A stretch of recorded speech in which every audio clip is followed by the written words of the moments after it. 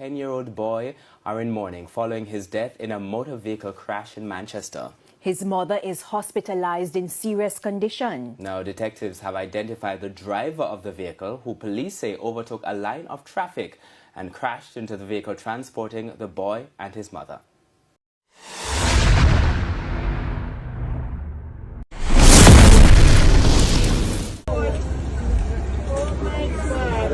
Somebody walk on it. So where driver for this? Yo, take back, father. Keep back.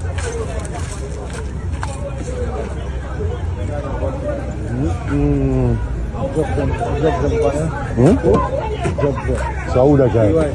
Who that drive? A Range Rover was traveling in the opposite direction, overtook a line of traffic and collided in the front section of the underfit. On the road is getting out of hand.